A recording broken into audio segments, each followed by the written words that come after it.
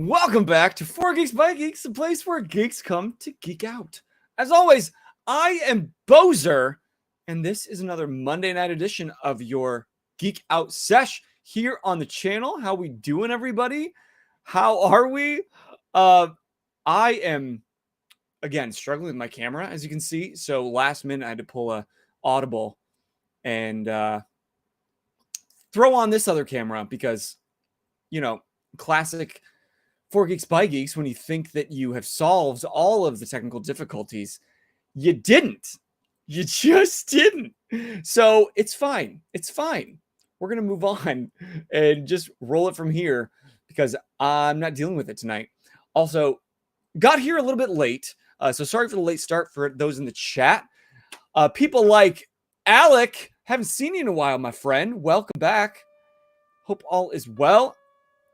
Out you being a big grown boy.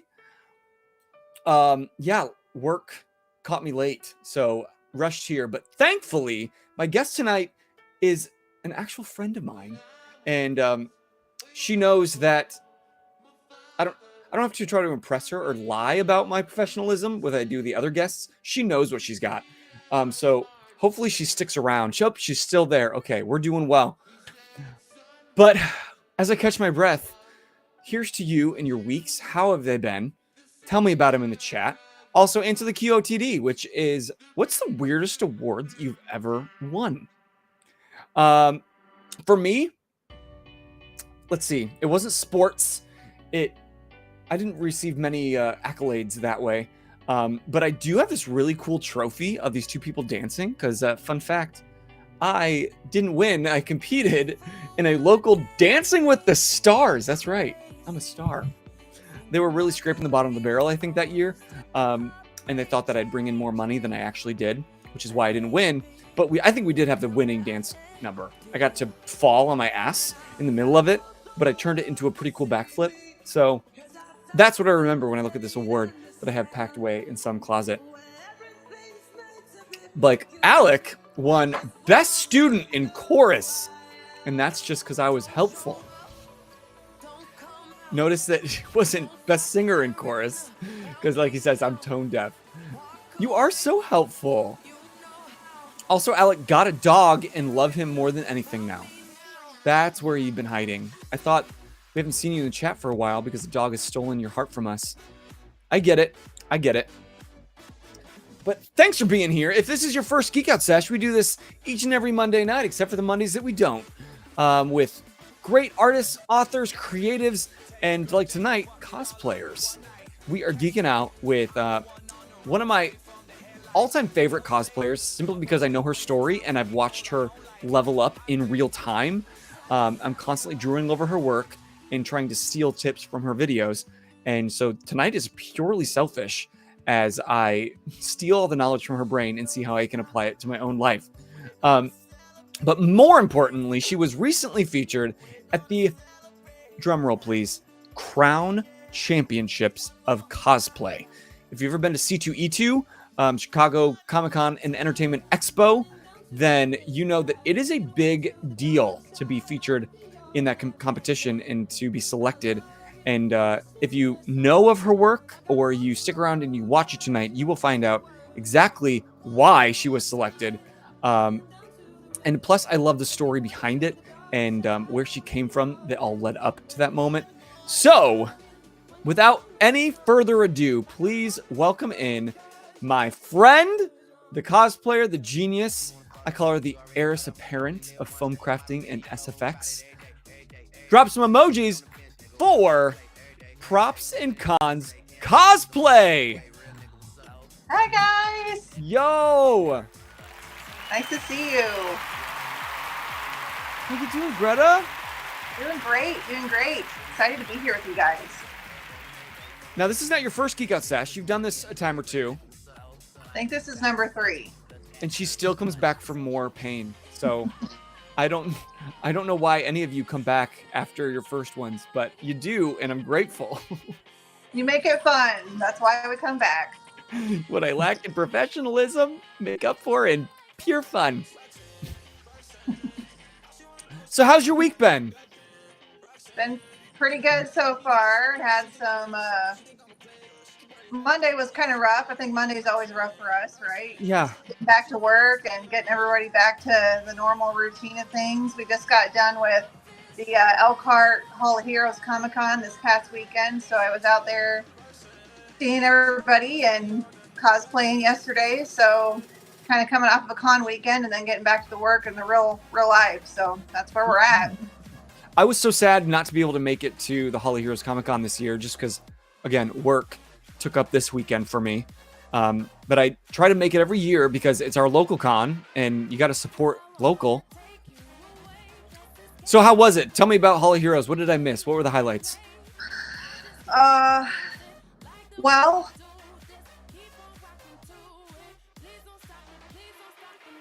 oh no, she's caught my technical difficulties curse. I fixed mine, so I had to go somewhere.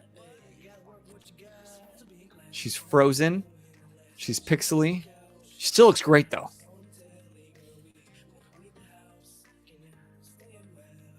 Let's see. I'm going to hide her while she solves any weird thing. And again, Greta, you might be able to hear me in private chat. Go ahead and hit me up if there's anything I can do.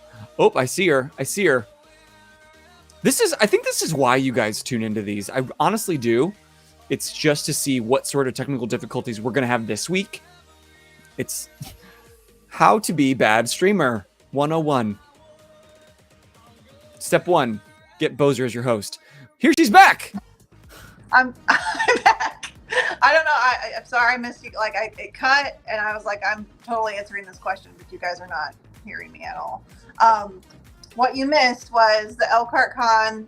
I actually got to sit and watch a cosplay competition versus being in it. Yeah. And that's a whole separate hype, right? Because you get to see everybody that brings out these amazing cosplays. There was a grandfather that did a Gandalf cosplay that he grew out his beard for 3 years, and his grandson was Frodo, and he went up on stage and he went to draw his sword and it got caught, and so he was trying to draw a sword and he finally got it drawn, and we were all like, do the line, and he's like, you shall not pass, and it was like, I got chills. It was awesome. And there was an Inspector Gadget cosplay that won the novice category that was up on stilts and had the rotating propeller with it was incredible, just the level of creativity that these people, young and old, bring to the community. So it was amazing. And I love the local scene. Crown Championships is massive, it's the best of the best. But there is something so wholesome and beautiful about the small town local cons, because it's just purely geeking out and connecting with your fellow geeks about this random shit that we love and cherish. I'm laughing at the chat. That's so true. He was drawing his sword. It was amazing just to see that level of detail. Like I said, there was cosplays I've never seen before. There was a Swan Lake Barbie that won Masters. Okay. And, you don't see a lot of Barbie cosplayers either. And she made her whole ball gown and everything. So it's things like that where, you've been in competitions long enough that you know what you're good at and you know what you could definitely be better at. And for me, needlework and sewing, those people are wizards. I don't know how they make hand embroidered, beaded, full-on ball gowns. I mean, I don't know. I can't wrap my brain around that. That's why I compete in the armor category. I think you're all wizards, to be honest. But for those of you that maybe don't know who Props and Cons Cosplay is, tell us a little bit about who you are and what you do as a geek. Sure. So my name's Greta, or Props and Cons Cosplay. I've been cosplaying since 2017. I started cosplay just kind of as a hobby, and it's sort of grown into this really cool way to be involved and connect with people. I went to my high school 10-year reunion, and there were people there that knew me. I didn't really even think they even knew who I was. And we went to a smaller school, but just in terms of me and them connecting, I was never the popular kid, right? We were the geeks. I was the band nerd. I was that level. Right. And I was never friends with any of the, But there were cheerleaders and like the popular kids coming up to me being like, I saw your costume. It's so cool. I don't know how you do all of that stuff. And for them to come to me and like be a fan, it was one of those moments where I was like, this is really cool. Like I can connect with people of all ages, all levels of, you know, creativity all the way. I mean, it's just been an amazing journey. So yeah, that's kind of been my story from 2017, started just kind of dabbling in it and then started competing in 2022, and then now here in 2025. So I've competed a couple more times. So that's where we're at. It's so cool that you're now like the seasoned competitor. Team Drew's in the chat. I just waved at him. Hi. Cosplay queen, you're not wrong. It's so cool that you've been in so many competitions now that like now you are sitting in and watching and being able to critique on your own. But I remember that 2017. I was there at that con when you took your first foray into cosplaying, and I think I connected with you then just because it was the Borderlands that you were just killing, and I was just so impressed. And I don't think I even talked to you then because I might have been a little nervous, and I was like, no, she's too good. But then I just kept seeing you. I was like, okay, I got to talk to this girl. And now we're buddies because we're local. We keep connecting through the cosplay scene and the geek scene. Yeah. And I'm just really grateful to be able to have you as a contact to reach out to and hang out with whenever I get the chance.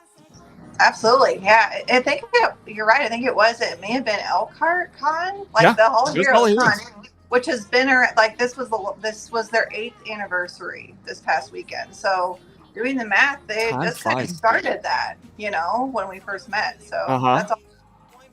It's wild. And look how much like your skills have improved. I don't want to say look how far you've come because you haven't even reached even close to the peak of what I know you're going to do. But it's just like no matter what you do, you throw yourself into it and you just figure it out. Like talk to those cosplayers that might be at a con and see somebody that they are just so agog and aghast at their cosplay. Because that's how I felt about yours, and that was your first one. So what do those people might need to hear if they are thinking of getting started? Yeah, so the cosplay community is, in my opinion, one of the better ones to be first starting getting into. Like if you're just starting to get into it and you don't know where to go, where to buy certain materials, how somebody did something, cosplayers love it regardless of the level. So if you're, competing, we love it when you come up and talk to us about our costume because we've poured hours and hours. We cannot wait to talk about that to somebody. Right.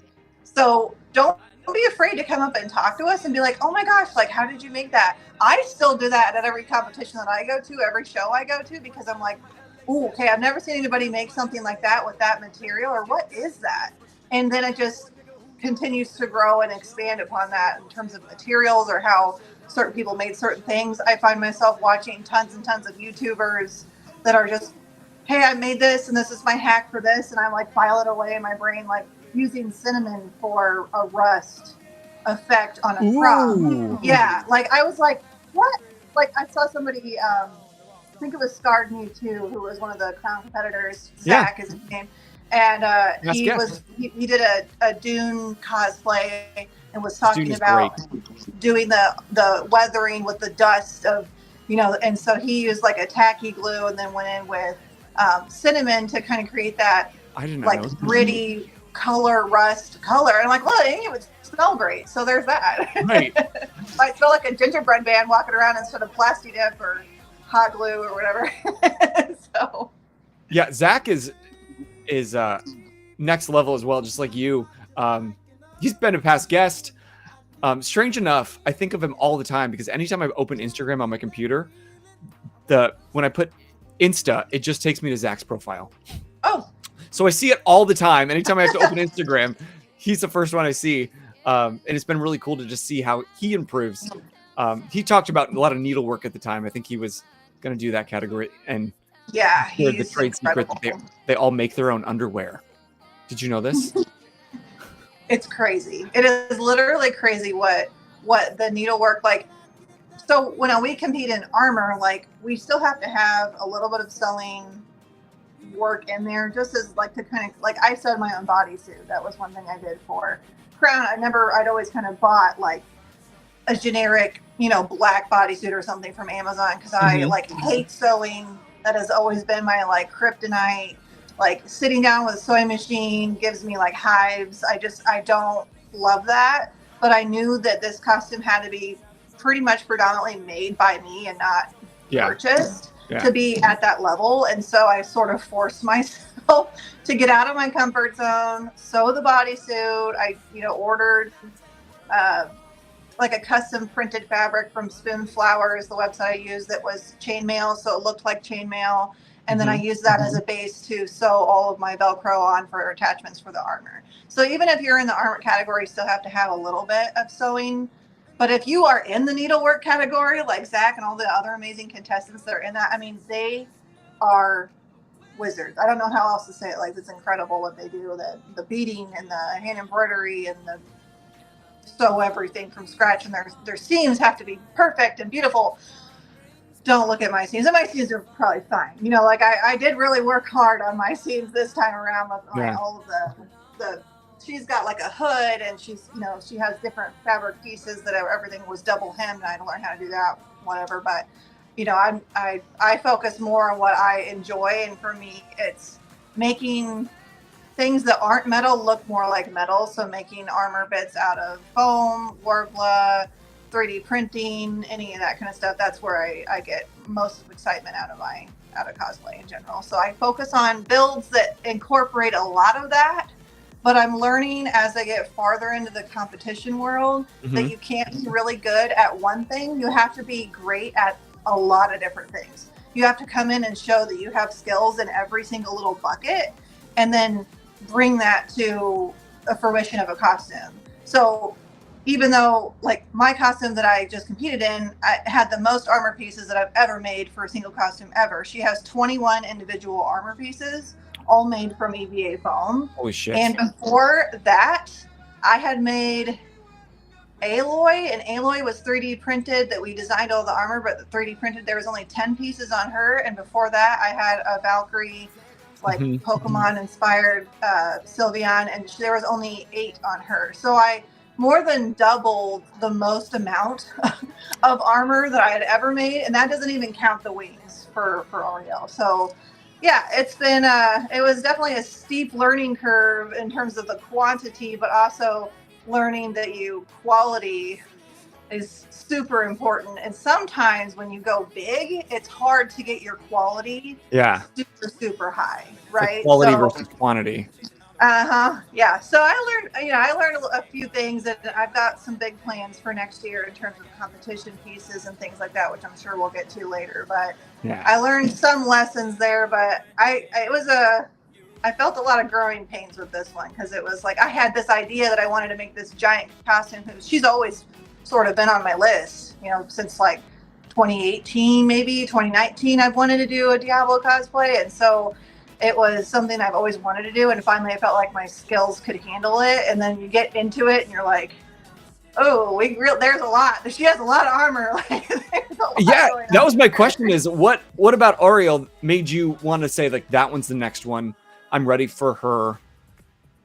Yeah, so I did a Hawk Girl cosplay in 2022, and probably a lot of people here know that I had made wings before. They were super big, bulky, heavy.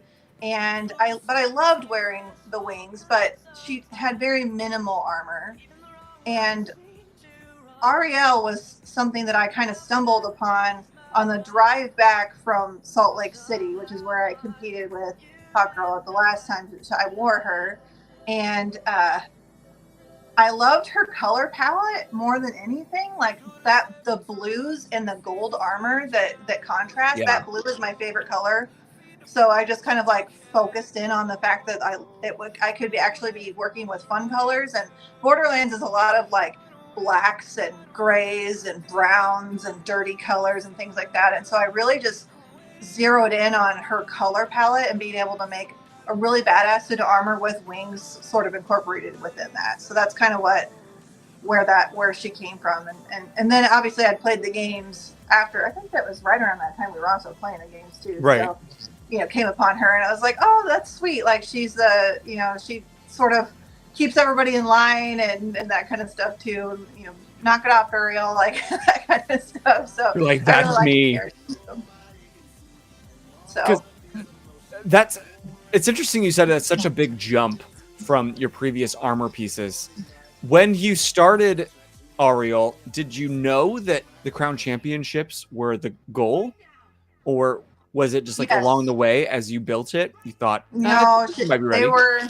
They were the goal, kind of from the start. I had competed in Indiana Comic-Con a couple times, and obviously I knew I was going to try to compete again in that competition prior to Crown, but the online submissions were kind of going on at the same time. So I didn't know if I was going to get into either one, basically. Yeah. And hopefully, Indiana Comic-Con I could get in, but it's a bit smaller. Not. They might have a limit on terms of the number of, this is the first year that I've competed in the Masters level too. And so I didn't know if they had like a cap of the number of Masters they could accept or whatever like that. So I had always kind of wanted to try for Crown, but I never felt like my costumes were as like statement, that you see up on stage. And for her, I just really feel like that character is amazing. And she is amazing on stage. She comes across with this amazing presence. She has a really amazing profile. So that was kind of always the goal when I first started working on her. I knew she was going to be my competition piece for 2025. Did I expect to get in my first time of playing? No, I didn't think I would get in.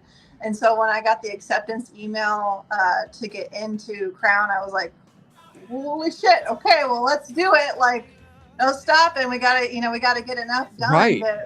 And so. Like, what did that mean to you when you got that email? Like, you've been competing for 8 years now. Yeah, it was always been incredible. a goal. That was my goal. My goal is just get in. Like it was not to, be.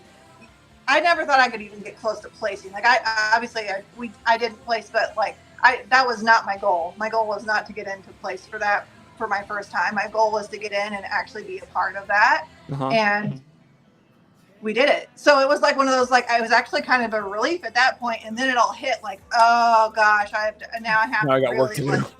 Yeah, we have to do a lot of work to get her ready. So yeah, it was a relief and then a holy shit moment. But yeah, it was fun. And I can attest, her profile is amazing. I was in the back, but I was there at C2. I'm like, you can't hear me, Greta, but I'm going to lose my voice screaming. I was so excited. I was waiting the whole time. I told everybody in the line, I'm like, yeah, I know one of the cosplayers. Props and cons cosplayer. You probably heard of her. Yeah, she's great. Look, I pull up your Instagram. I'm like, that's her. Look for her. Cheer for her. Well, thank you. Yeah, I saw your story afterwards and screaming and getting all excited, and yeah, it was a great moment running into friends that I had met at C2 like 4 or 5 years ago even. Evie Cosplay is another one of the competitors, and I met her. We were both Lilith cosplays from Borderlands like back in 2019 or 18, somewhere in there. And for both of us to be a Crown competitor this year, she was I think God of War or something. She was also in the armor category. So just seeing how much we had both grown, and we actually did like a side-by-side of a picture we took in the hall at C2E2 of 2019, and then she was like shaking my hand, and then there was another picture that we like recreated it in 2025 with us in the green room, and it was just like, that is so cool to see that jump in our, even what we were wearing at that point to what we were wearing in 2025, just to see us both growing is incredible. You just never know what the future holds for any of us. You might feel like you're like, oh, well, I'm never going to beat there. But I always say, like, never compare your middle of your story to somebody's end, because there's so much more story clearly in store for you and any of us. So for all of us that only maybe watch Crown Championship, if we go to C2E2, we'll never have a backstage to see what goes on. Walk us through that process. What is the judging like? What kind of things happen backstage that none of us see? Because I know that the judges try to make it clear that your walk across the stage is only like this much of the actual competition. Everything else is very detail oriented. They look very closely. They pick apart everything up close and personal. So what's that like? Yeah, they do. So you get your acceptance email, so you know you're in, but then you sit and you wait until probably a week or two before the competition, and then you get a dedicated judging slot of when you're supposed to be in the green room. And the green room being, green room, we know what that is, but the walls are green. It's a small room that's just for competitors and their handlers. You're allowed a handler, one person, to be there with you. And you and two other of the competitors are given a time slot and for 15 minutes. So that means we each have 5 minutes in front of the judges to literally go through your build book, which is required. So you have to create a build book of progress pictures, descriptions of what you made. Some people use like fabric swatches or paint, swatches within that book to show the progress of things. So you have to create a build book. I did mine through Shutterfly, but a lot of people just do like a PowerPoint and they print it off or whatever. And then so you provide them with your build book, and they can go through that kind of during their judging time after they've seen everybody. So the idea of your judging is you have 5 minutes, and they tell you like try to get through everything that you want us to know about that's not specifically listed out within your build book, in case we're looking through it. What are the things that really make you unique? And something that I learned that I'm going to continue moving forward with is they don't want to know necessarily like what materials or like how you use something. They kind of want to know like the why behind things. And they want to know like what inspired you to use that particular material to create that.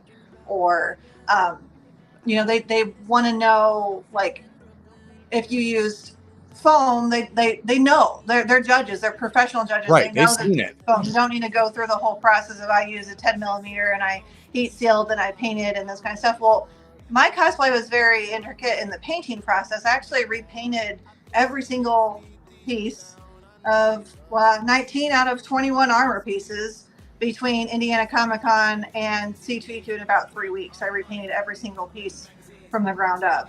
And what was the reason behind that? Judges' feedback from ICC made me feel like I needed to step it up. So I stepped it up big time, and everything. It was kind of a combination of I didn't really love how yellow her armor was looking when everything was all said and done. The yellow I had used was a little just too yellow gold, so I went more antique gold on the yellows, but then really punched up the shadows to give it more dimension. And then on the blue pieces, I had this idea that I wanted those to look like a copper patina effect, like it was like copper that had aged. And so, because like that's unique, that's different. Nobody does that, right? But when you do that, like I would do a copper base, and then I kind of used my fingers with a blue paint to kind of finger paint on those areas to kind of make it look like dimensional. But that kind of looks muddy at the end of the day because the copper bumps up against the gold, and then it looks like I didn't finish that edge. So I went through and more or less did a complete revamp of the entire paint job to get highlights, shadows, and accent colors in every single armor piece to make it look more dimensional and more interesting to the eye. And then I just started with one armor piece, kind of put it side by side. I started with my shoulder holder and put it side by side and sent it to one of the judges who I got the feedback from that the paint job needed to be a little bit better. And I said, how about this? And they said, yeah, that looks better. And I said, cool, now I have to spend 70 plus hours repainting everything. So that was fun. And just for context, for the chat that doesn't fully know, you're not a professional. That 70 plus hours is on top of doing work stuff and family stuff and social stuff. If you have a social life at this point, or at least at that point in your year. At that time, between ICC and C2E2, there was no social life because I would go to work. I worked full time, 9 to 5. Then I would come home and I would get, maybe an hour and a half of painting time in. And then I do have 2 young kids, a 4 and a 7-year-old, that we would have to get in bed and do all of that and do dinner and that kind of stuff. And then I would be back painting from like 9 until midnight. And it was a nightly, daily routine for 3 weeks. You know, so I was like, I am so tired of painting, but everything needed to have that additional touch because I wanted it to show better on the stage, and it totally did. But it was one of those moments where I was like, just grit and bear it and get through it. We'll make it. So. Yeah, in those moments, because we all face con crunch, those of us that might do cosplay or make any sort of thing. Or for me, while I don't cosplay that often, in my real life working in theater, there's those moments where you're like, it's late, you are doing this tedious shit, and like you're against the wall and you're kind of losing hope, or you're like, it's fine. What are you telling yourself in those moments to keep pushing you through to get to that final end result that you're wanting? I think that you sort of do it to yourself, you know, so you're like, you know, you got your deadline, you know, you have to get all of this stuff done by a certain time. And so in your head, you're like, okay, I got to get this much done. And that just sort of like keeps you on track. But what helps me is when I get finished with a piece, regardless of what it is, whatever I did, I take a picture before and after so that I know, okay, 3 hours. Yeah, it took 3 hours for me to repaint this bracer, but look how much better it looks. You know, so it's things like that like Borderlands kind of taught me that, because when you're cel shading and you're like really close to whatever you're painting because you're making all the you know, the little hash marks and the comic book lines and things like that, it looks like absolute garbage. It really does when you're that close. But then when you step back and you actually take a picture of what you were working on, you're like, okay, I can see it. It looks good. I didn't take 15 hours this weekend to paint pans for nothing. Like, you know, so I think pictures are worth 1,000 words with cosplay, and it helps you stay sane that it's taking so long, because every single piece of cosplay, anybody who does it, every single thing takes way longer than you ever think it's going to take. Like, oh, that's just real quick. I'll go downstairs and work for an hour, and you're down. I'm in my cosplay workshop now. I've spent, I don't even know how many hours down here, unfortunately. So Ario was 200 hours, so at least that in the last. Shit. Yeah. So, but there were people like in Crown that, you know, 500, 600, 700, 800 hours over the course of 3 years. So 200 sounds like a lot, and it was a lot for me. But the level of competition, you know, you just step into it and you learn. You learn. And most of those people are just doing this on their side time too. They're not full-time cosplayers. There were some in the competition that are professional that do this, you know, but they were working on that costume plus 2 or 3 others, right? Because they have other events going on. They're guesting places. They're doing things as a judge somewhere else, and so they're doing this full time, but they may not necessarily have, you know, all day to 40 fit hours in the a week workshop to put it on. Yeah, and they're definitely the minority. Like, I guess I'm talking to myself and all the people that go to a con and are just, their jaw hits the floor at these cosplayers, and it's easy to think, oh, well, of course it looks that good, they've got time. But that's just not the case for any of them. No. And so I'm hoping that that's encouragement to somebody. If that's resonating with you in the chat, let me know, or at least after the fact on YouTube or podcast. I think it's the easy way out to think that's what I want to do, but I guess I have to wait till I'm a professional or something, and then I'll have time. You'll never have time. No, you have to make time. And sometimes that means you're not sleeping. Sometimes you're getting, you know, like 5 hours of sleep a night, and then you're hating your life. But, you know, try to start early. And if you do decide to pick up a cosplay, make sure that it fits within, you know, your skill set, and don't bite off too much. Because I see that happen a lot as people like get really involved in something and they realize, like, I don't have the skills for that. There's no way I'm going to finish in time. And so then you wasted all those hours putting into something that just didn't come to fruition. I think one of the very first cosplays that I ever made, it was for a friend, and I think ICC. It was for ICC, and they really wanted to be Archangel from X-Men. And overconfidently, I'm like, yeah, I'll make you some articulating wings. It's easy. I knew it wasn't easy, but I Googled it. And I was really proud of the end product, but oh my God, they broke all fucking day. Every 10 minutes, we had to stop and get a hot glue gun, and they'd get like a picture of somebody, and they'd be impressed, and then something would break. And it was, in the end, I bit off way more than I can chew. And you know more than anyone the heartbreak that can come with articulating wings. Yeah, I do.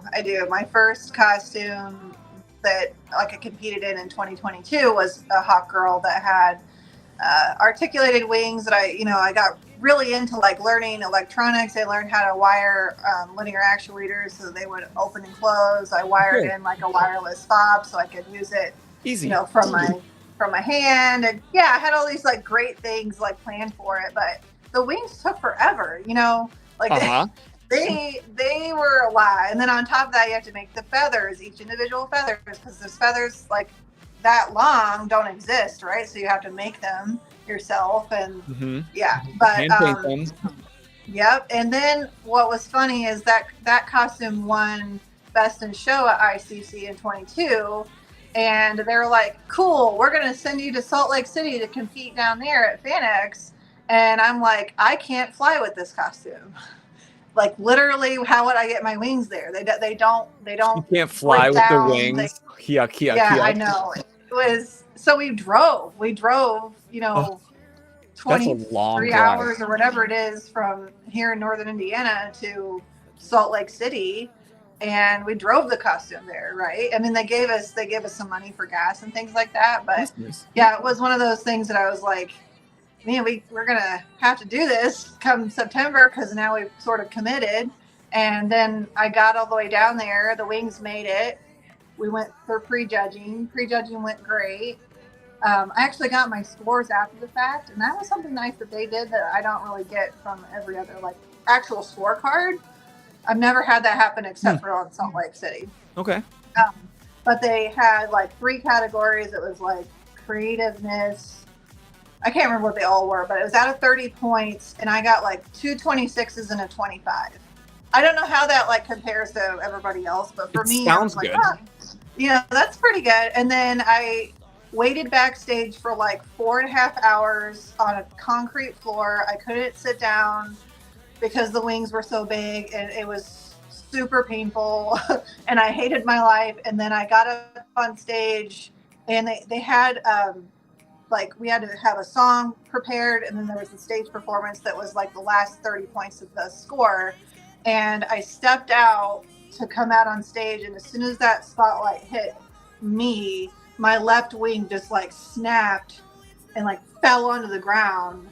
And I'm like, I don't even know what to do at this point. I grabbed it, like held it up during my like minute that I was supposed to be up there.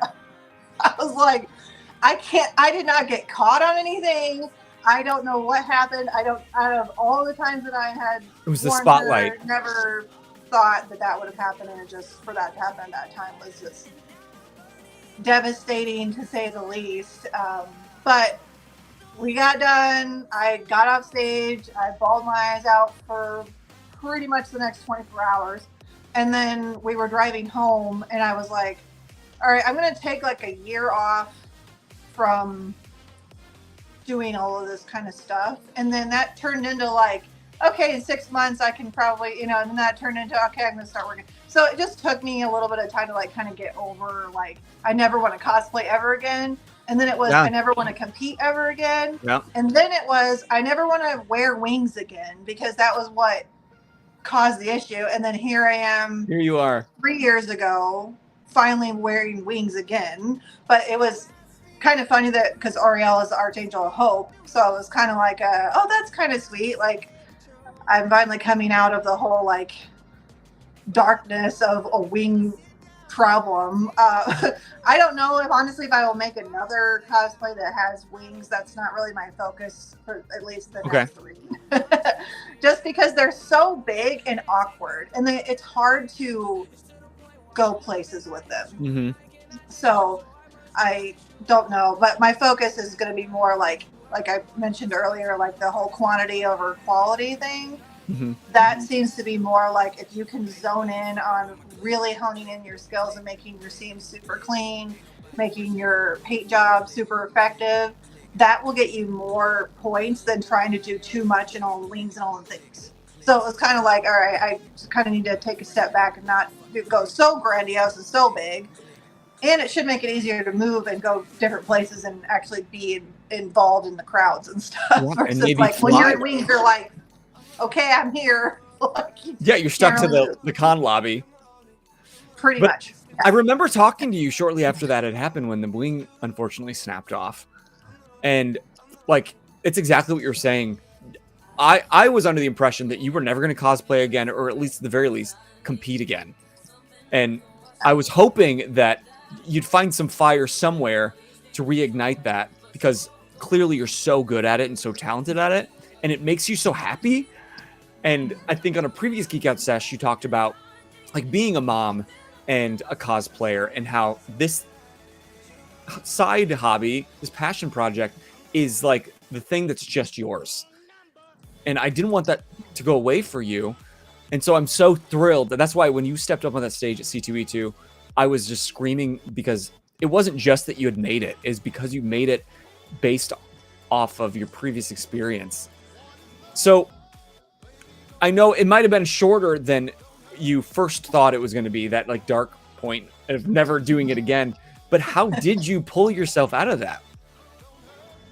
I think that the cosplay bone is just so like ingrained in me that like now I can't watch a movie, I can't watch a show, I can't play a video game, I can't read a book without connecting with a character on some level that I'm like, I could make that.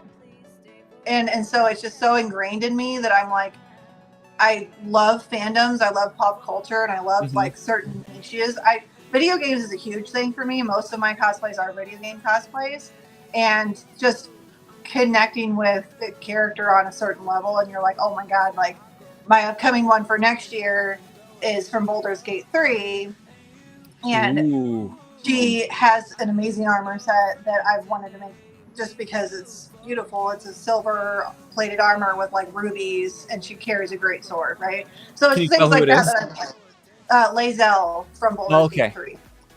Yeah, she's like the Githyanki warrior. Yeah. So amazing.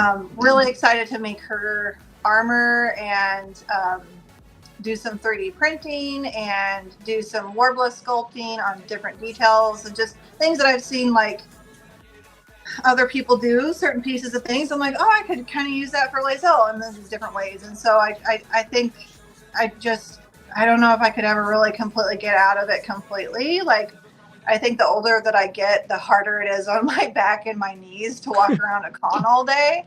BioFreeze really helps, by the way, and make sure you take your antibiotics and all the things to keep you healthy.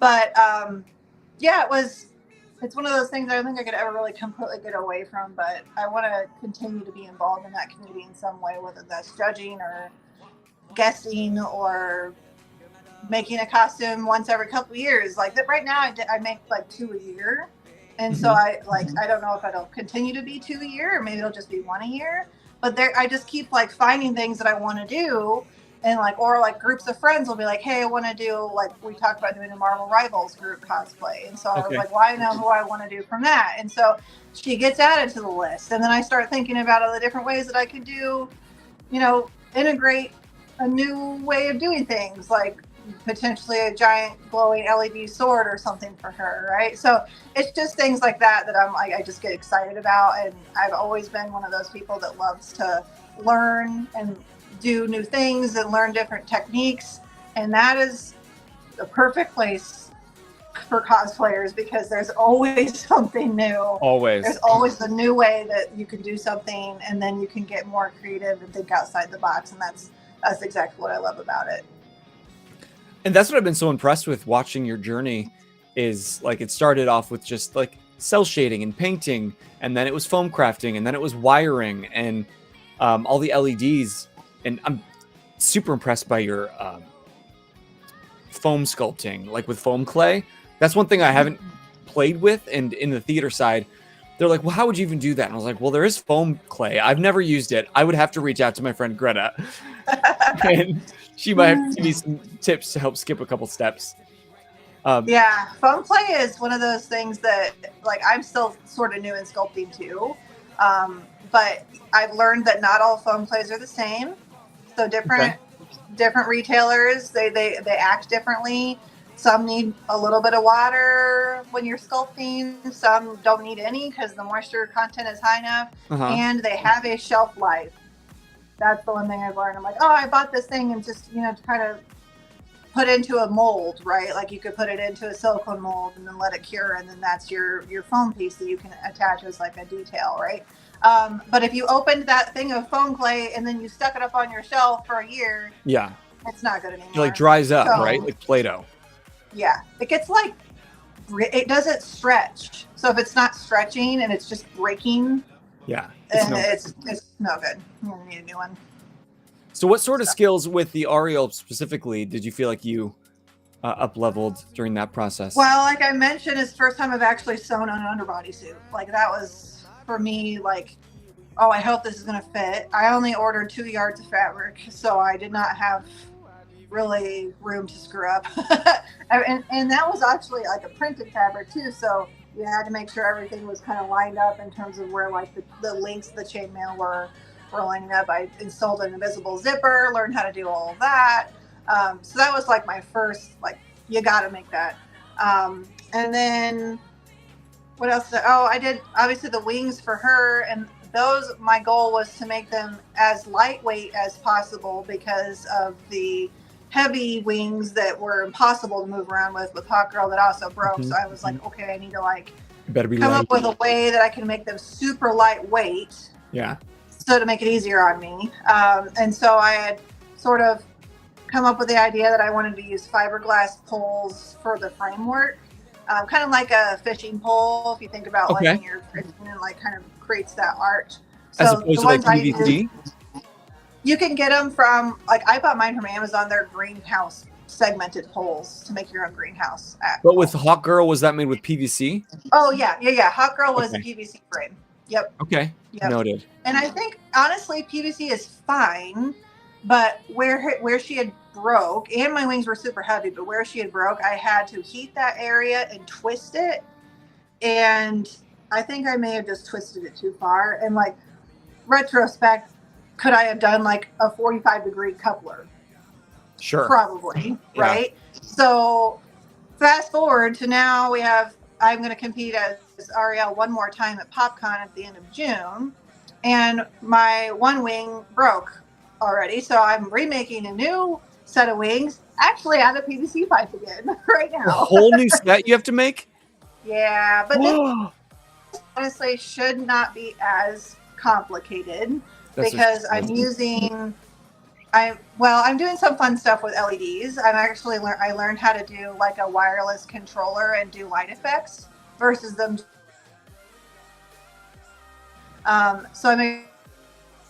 Sorry, you're breaking up just a little bit.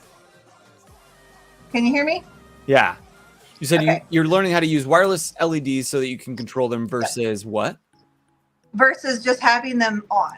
So the wings, the lights that were in my wings for C2E2 were just COB, I think is what they're called, LEDs that ran through the framework, and they were just on. Mm-hmm. So you kind of lost some of that effect. Like there wasn't like a whole lot of attention that was drawn to the fact that my wings were lit up. So my idea was, if I can figure out a way to get new LEDs, ran through a new framework, wire them through a wireless controller that does like the WLED effects, and figure out that kind of stuff, that might give me more of a presence and draw more attention to the fact that they're actually lit up versus just them like being on all the time. So yeah, I mean, it is a whole new set.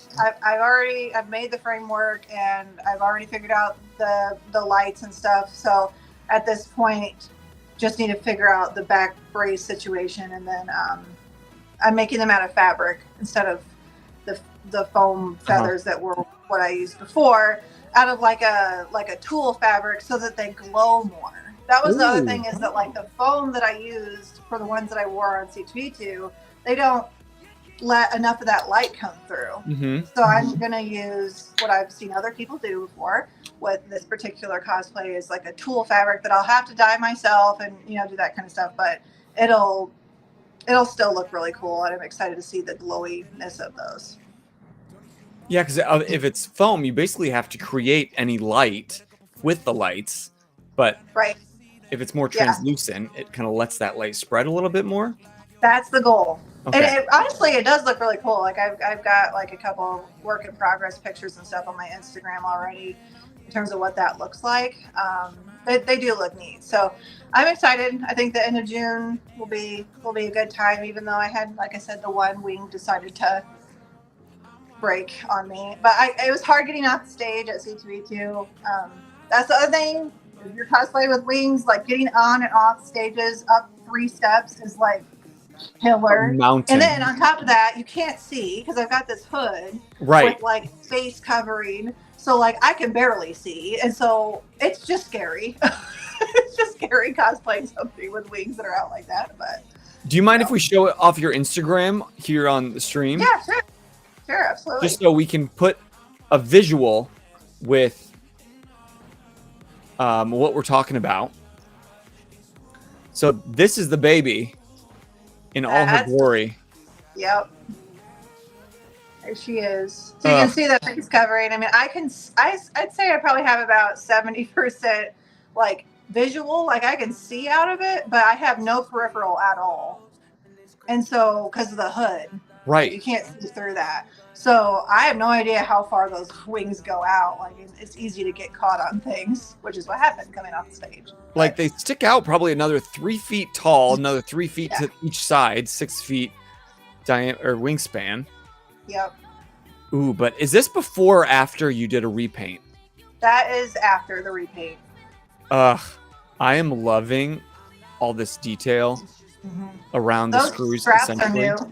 I added those straps after the fact. The little leather straps there. Yeah, I added. Yeah. My favorite thing, my painting world is painting wood to look like dirty wood. Like, but painting scenery to look like old and gritty is like my favorite. So this is just scratching every itch that I have looking at it, like where the dirt and grime just kind of gets in those crevices. DSB's dropping some fire emojis on this. And so this is the chainmail fabric. Yes. Yeah. It looks like chainmail. On my thighs are actually EVA foam like strips that I wove together. I have some of them right here in front of me actually. Oh, what? So yeah, this is little tiny worms of like 2 millimeter foam that I spent copious amounts of time weaving together and then painting to kind of create that shiny effect. That's what are you talking about? Weaving together? How do you weave foam together? I wish I had a something that wasn't already woven. Hang on just a second. Because you're in the cup. She's just like, oh yeah, I just take foam and weave it like thread. Like I'm looking at this, and how you got it to match so perfectly? First of all. Okay, I'm coming back to you. Lots of time and effort. So we made a cut file with the Cricut maker, to create a lot of these little tiny like curvy worm things. I don't even know what you would call those. And to weave them together, you just had to go through where they're trying to see, but starting to put them into the sides. Holy of those. Fucking shit. Yeah, they were all woven together and then heated up and stretched out to kind of open that weave a little bit to get that. DSB says just casually being a badass. Yeah. This is, I think honestly, the chainmail was the first thing I made for Ariel back in October of last year. would have been the first thing I made. And then I got under the wings, did those for a couple months. What? So, like, I don't feel worthy to be your friend. Like, she just casually meet her at a local con, and then a few years later, this is what she's doing. So don't shit on any cosplayer you see at cons, people. Everybody is incredible, and they're just the level of detail and work in everyone's costume is always blows my mind. Oh, and here's the hot girl. There's the hot girl. Yeah. Miss her. Miss her. Rest in peace. Miss her. R.I.P. hot girl. Yeah. But I just love, like, every little thing you work on becomes a stepping stone for the next. Like, you're always learning, you're always growing. Always. And that's why it's so exciting to watch your journey. Like, truly, you are one of the most, you're like one of my favorite cosplayers to watch, because I just know the next thing you're going to make is that much more crazy and absurd and amazing. But you don't just take like one step at a time. You take like 20 steps forward, and then 20 more steps forward, and then 40 steps, like exponential. If you scroll down a little bit, I think there's a side by side of one of the. Keep going.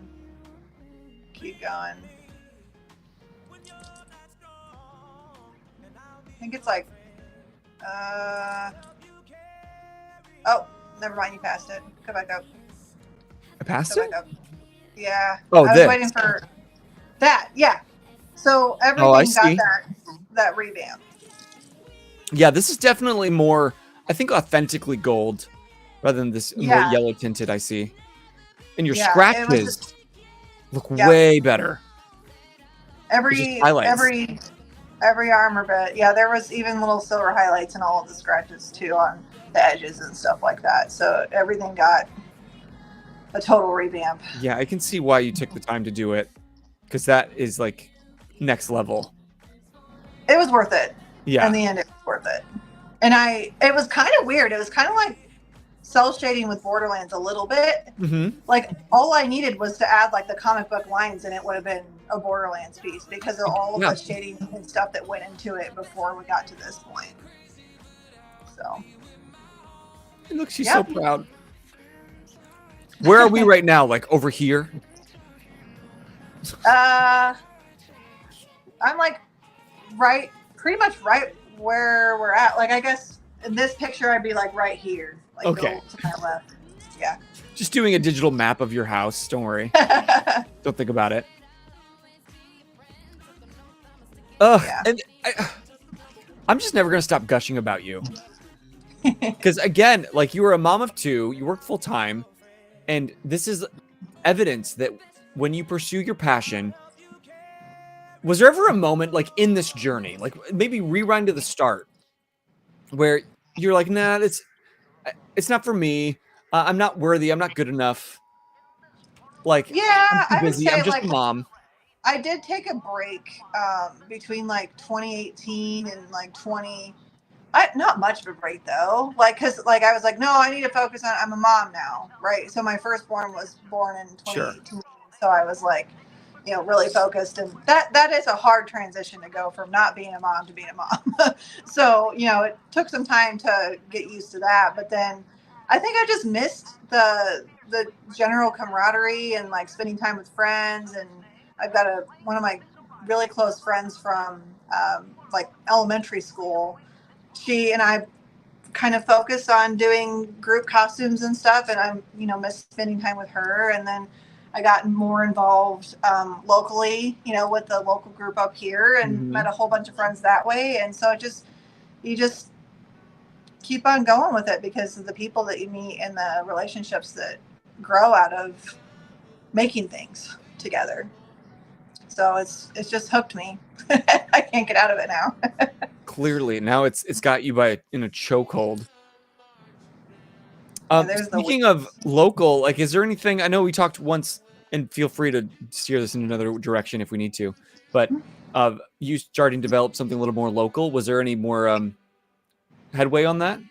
Yeah, there's a group that we've created that's local to like the Michiana area. It's called Comic, and it's like just mainly, like I said, Michiana cosplayers, but we're more inclusive of doing different events. We just went and did a Logan event out with Logan community, and they did like a special Olympics type of thing. And so we went out, we dressed up. I dressed up as Catwoman. My friend did Batgirl. We took pictures of a bunch of people, things like that. So comic is kind of something new that we're just trying to be very inclusive and cosplay what you want. You know, my big push is to do things in the video game realm. And we really felt like we didn't want to do just like, you know, DC and Marvel. We wanted to be able to do, you know, my friend Gracie does Beetlejuice or different avenues and not just the comics and the superheroes and villains and stuff like that. So it's more inclusive and it's more things that we can kind of create. So that's kind of just started taking off. There's a Facebook group that we started and we're posting events and things like that. We do private events, private birthday parties, things like that too. So if you've got some character that you really want to come out, you know, to your Spider-Man or whoever, come out to your kid's birthday, we do those. And then we're looking to get involved with like Ronald McDonald House and do that. That would be stuff. So great. just different stuff that, you know, people need people to come and dress up and do the fun things. So yeah, it'll be fun. Well, cool. I hope that keeps getting some steam. And for those who don't live around here, Michiana is around Michigan and Indiana. You and I grew up with that term. And how old were you when you realized that's what it meant? Well, I grew up in Indianapolis, so you did? I came up here for work in 2014, and so so. I was born and raised in this area, and like I just heard Michiana, and like I don't know why I never had like took the time to process what that meant. I was like, oh, Michigan, Indiana. It's just one of those words you hear so often in your life. So like the northern Indiana, southern Michigan area. You're getting into some of the really old stuff now. I know, and I kind of love it because people can see the journey, but also see like this is a different skill set. Like this cell shaded wig is still foam, but it's just showing off like more of what you're capable of in a different way. There's my baby. The babies. Yeah. And I'm just so impressed by you. Have I said that yet today? A couple times. Oh, okay. Well, in case I didn't, I'm so impressed by you. I appreciate all the love and support that you guys have given me over the years, and love being involved. You know, so any way I can help, I love helping people. Like if you've got a particular costume that has been on your list forever and you just don't know where or how to get started, that's like those are some of my favorite conversations with people, is to try to, I probably would do it like this, or you know, maybe I've seen somebody else do that. Like I have a friend that did a Sylvanas Windrunner and just placed out in another competition in Texas. I think it was in Dallas. And then I had somebody else that said that, I want to do a Sylvanas, but I wouldn't know where to start. And so I just kind of connected them because I'm like, she just did it and she has perfected this costume. It's the second time that she competed as her. And this time she took in first place in her category, you know, so she just worked through that. And so like knowing people who have done that character before, that's super helpful because you can go and pick their brains and figure out what they did. I do that a lot. And I love being at this like nexus of geeky creatives that I don't know anything, but if I need to connect somebody or if I need to find out something, I've now had this awesome network of people like you that I'm like, well, I don't know, but I can find out because I know a lot more smarter people than me. That's one thing that was kind of a surprise that I was not expecting as being a Crown competitor. Is there's a group chat of Crown competitors that on Instagram and previous Crown competitors, and sometimes the judges are in there too. And that is the place to go when you have a question, because people are like there's like over 100 people on that. Oh, that cool. Will, you know, and probably most of us probably have it muted because it goes off every single day. Yeah. When I first got added to that, because I found out I got in, and then I told my friend, because I knew she was applying, and she got in. She's like, "Hey, do you want to be added to the group chat?" And I was like, "Yeah, sure." Then I got added, and then my phone like was blowing up so much that it was dying halfway through the day. Like that's how like active that group chat was. It's a little bit less now that we're not, you know, leading up to crowd, but that was the place to add, because if you know, like I thought about maybe doing embroidery for this thing, but I was like, I've never done it before. Like I'm going to do an Arcane cosplay, and I want to do the Vi like pit fighter like stuff from season 2, and she's got like a two-headed dog on the back of her jacket. Yeah. And I was like, do I paint it, or do I try to like learn a new skill and do embroidery? And it's like this big patch, like this thing's gonna be like this big. Yeah. And they're like, I wouldn't do that. I would either pay somebody, just buy the patch, or like, because it's just gonna be too much work, or just paint it. So I'm probably gonna paint it. But you know, it's things like that. I was like, oh, you can bounce all these ideas off these people that actually know more about the mediums and stuff that you don't work with.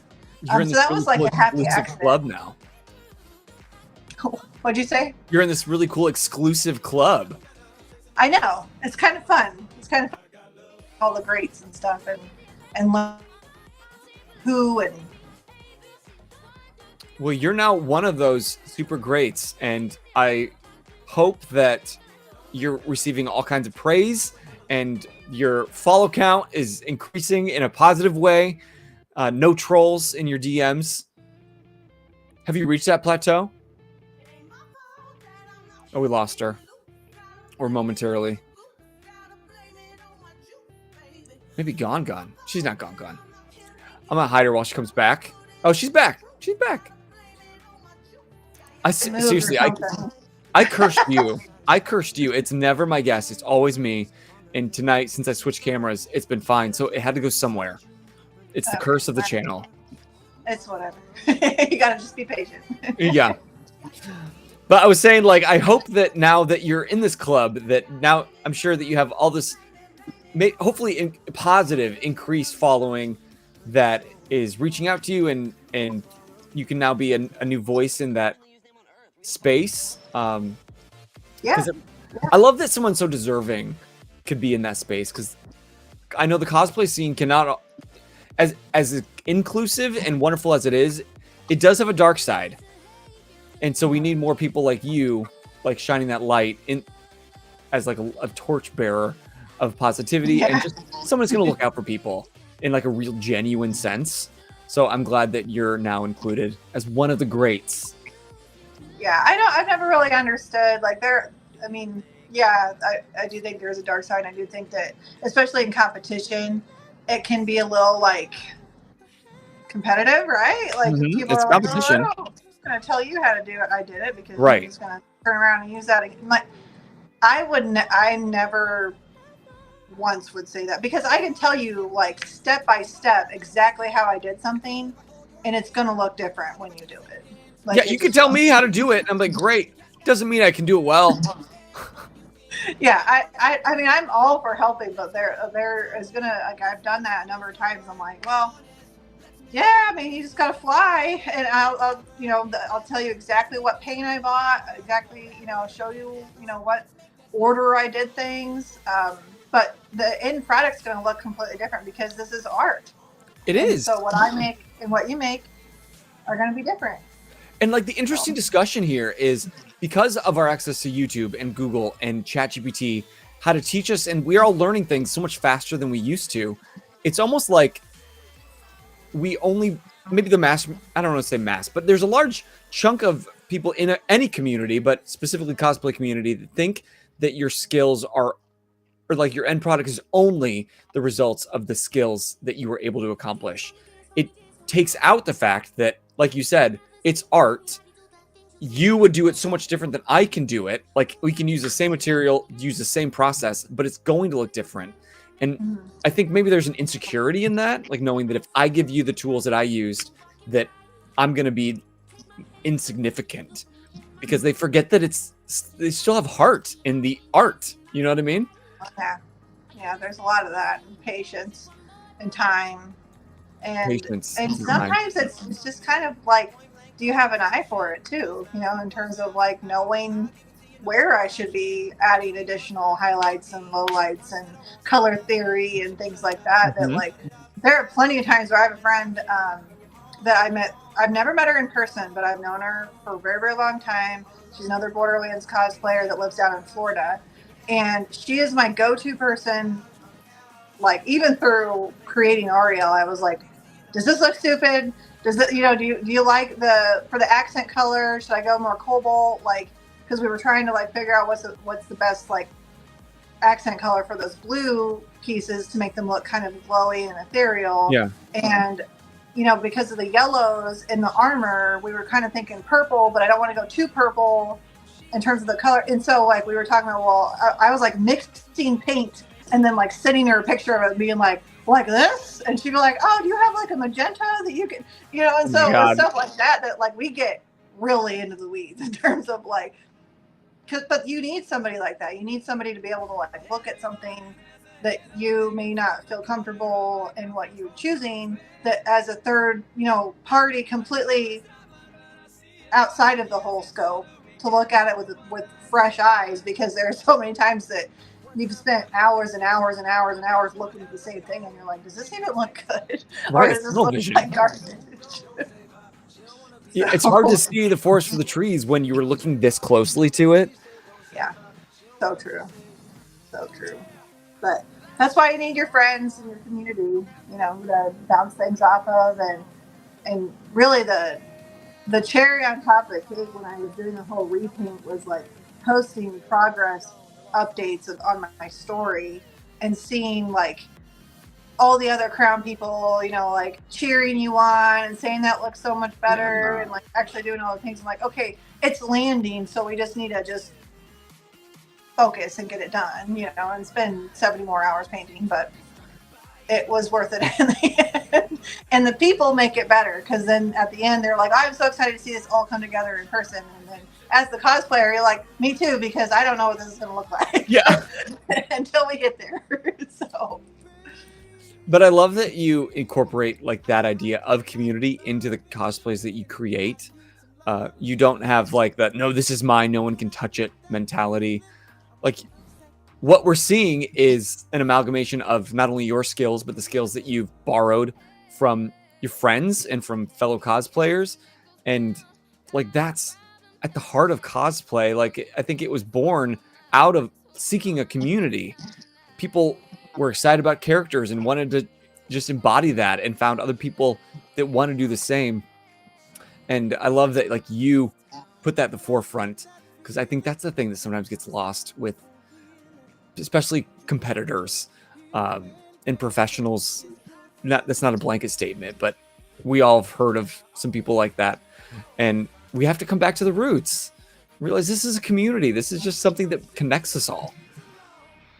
Yeah, absolutely. And it's more fun that way too, right? Yes. You can really just geek out with your fellow people, and We need that. Like, I wore this costume over here. That's Aloy back there. I wore her this past weekend at Elkhart Hall of Heroes Comic Con, and there was a girl there that said, I've always wanted to cosplay Aloy, but like I've never known where to start. And I said, well, what skin are you thinking? Like, if you do you want to do like her Nora Brave, like beginner level 1? Do you want to try to do something like the Shield Weaver armor that I'm wearing? She's like, I don't know anything about LEDs. I don't know anything about wiring. I'm like, neither did I. All of my lights are hot tub lights. They're like like lights that you could put nice submerge in your hot tub. Yeah. So we, all of my armor is 3D printed and designed, but we designed them around the radius of those hot tub lights so that there isn't any wiring, because I didn't know how to do that at that time. Right. So I'm like figuring it out, but I'm not afraid to tell this person who's aspiring to do an Aloy that I use hot tub lights, because it's probably if she decides to do that, then good for her, right? Like, there's no reason that we have to hide secrets or anything like that. But and I bet that if someday down the road she like really takes off and becomes this big cosplayer, like you're only going to be applauding that. Absolutely. Because you've seen like that journey and you know what it is. Right. Like, that'd be cool. Like and so for Ariel, obviously the one that I wore at C2E2, the original inspiration for that, the cosplayer that I saw, you know, when I Googled and found the first picture of the cosplayer, is Tiffany Gordon cosplay, who was in C2E2 this year as a competitor. And so I got to see her in the green room and go up to her and say, first of all, I just want to tell you that the Ariel that you made in 2017 inspired me to make mine today. And she was so sweet about it. And she was like, you know, so we were completely different levels. She's a professional cosplayer. I am not, you know, but like for us to make the same character, but look how different mine is when you compare them to, right? Like so wings cool. are different. The copper patina thing, that's a whole, like it's this original idea for me. So there was a completely different cosplay, even though we're the same character. If you put us side by side, we don't look anything like the same, right? Because it was completely different. The way I made everything was different. So same inspiration. Yeah, it was inspiration, and it was really cool to meet the person that was behind your inspiration, right? But I was also like intimidated as hell because I was like, she's in the competition with us? Like what? Like, and here you are side by side, Greta. I know. It was awesome. And so for us to both walk the stage, and everybody really that got in, I think the chances of getting in are like 1 in 4, maybe. Okay. Applicants. So they only take like the top 10 of each category, pretty much. So top 10 special effects, top 10 armor, and top 10 needlework. So you get 30 people out of all the competitors that get in. So your chances are, it depends on how many people, right, that get in. But, but I was like, that's why I didn't expect to get in. So then when I got the email, I was like, well, we got in. That was what, you know, that was the goal the whole time. And then great, I made it. I'm done. I've achieved my goal. I don't even have to show up. Get on stage, get off stage without the wing breaking. That was like my goal the whole time. You did it. You did the It broke after the fact. It's fine. Doesn't count. Doesn't count. It doesn't count. You're right. So, but I really enjoyed the whole process, and I learned so much this year from like competing at that level, because they're very nitpicky on all of the different things. And you had asked like kind of what the process was in terms of the judging. You have 5 minutes, but the first thing that they do is they say, can we touch your cosplay and can we take pictures and video? Okay. And you have to agree or disagree, I guess, but most people are like, okay. And then they immediately come at you, all 3 judges, and start flipping things over to look at the back sides. And they're asking you questions, all 3 of them at the same time. Usually one person's asking a question to your face, another person's behind you looking at something, another person's down on the ground. Like, I think I had all 3 judges on the ground at one point in front of me, like looking at my shoes. Yeah, it is terrifying. And it was, you got 5 minutes, so they got to make the best of it. Yeah, and they were recording and stuff, and they were asking like questions like on the wings and like, did I spend time doing this, or on like the embroidery pieces, was that like, what did I do there? And I talked a lot about the repaint process, and in my build book I put pictures of like the before and afters, like we were just looking at, and they loved that, right? So I learned a lot in terms of like the level that they expect out of that level competition, the master side of things, because it's so different than just, I'm going to compete in a cosplay competition. This is it. Like, you can't get much higher than that. So honestly, it was scary, to say the least. And like 2 out of 3 of the judges were international, so you had a little bit of a accent barrier that you had to kind of get past too. And so I was like, oh my gosh, like, am I gonna first of all hear what they're saying in this like hood, and like so yeah, it was an experience, to say the least. But I had a great time, and I loved meeting all the competitors and seeing all of that in person. I mean, that was probably the cherry on top of the cake. Is like, I was standing in line behind the girl that won. She won 3rd place, I think. She was the Mulan cosplayer. And so I stood in great. line right behind her, and she had like a whole, like how much time and money she spent on the resin that she had to remake on her like shoulder pauldrons, and it was just cool to get to meet these people that have been doing this. I mean, it wasn't her first time, but just yeah. Oh, she's breaking up again. Well, before we lose it completely, I just want to say that you made us all proud here in the hometown, but also the greater Chicago area you made very proud. And in the future, when you place, as you move forward into the international, you'll make this country proud, because there's nothing stopping you, Greta. I already know it. I've seen where you've come from. Up to now, and I cannot wait to see how much further you go. And I get front row seat because we're buddies. I know. I already have an idea for my next crown competition piece, and it's going to be a big one. And there are so many skills within that I don't have yet. I can already tell you it's going to be a lot of learning. You'll figure it out. You always do. It'll be really neat though if we can pull it off. So I'm excited. And you inspire me I don't often tell you this, but like whenever I'm up against a new project in my theater job, like with the sets and stuff, I just kind of, sometimes when I'm like, I don't know how to do that, I take a second, I think, neither did Greta. She can figure it out. She's smarter than me, but I think I can still maybe figure it out. And a lot of the times I feel like it's when you're trying to go to bed and it like just comes to you, you know what I mean? Like you're like, oh, what if I did that? And so it's I guess like the ideas pop into your head when you're just trying to like relax, and you can't because you're thinking of like your project and things that you're trying to accomplish for you would be when your plays are going to begin and you need to actually have it ready, right? So it's like that. Yeah. Honestly, it's in the shower for me. Strangely enough.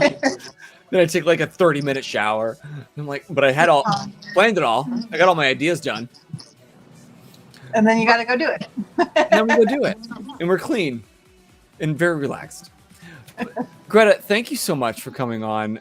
Of course. I'm so glad that this could work. Sorry again for the slightly late start and chaotic start. But good thing you can love me through it because we're buds.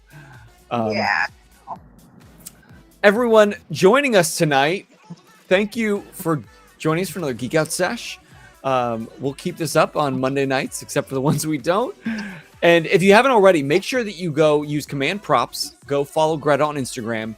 Follow her journey. I'm not kidding. It's going to be one that you want to watch, because if there's a cosplayer in your life that you are drooling over and you're inspired by them, she's going to replace them eventually, if not already. Just because, you have this incredible zeal for what you do, even when you're up against the wall and it feels like you're never going to do it again. Something calls you to it. And because of that calling, that's how I know that you're going to be forever great. It's her, like Team Drew's Basement said. Her. But all of you stick around for the raid. We're going to Elspeth. They're playing something. Tainted Grail. And join us again. But until next time, I'm Bozer. Who are you? Props and Cons Cosplay. And you just keep, do you remember? Geeking out. Geeking out. Yes! We didn't practice that. We didn't. Didn't even practice. Didn't need to. I remember. Good night. Thank you guys.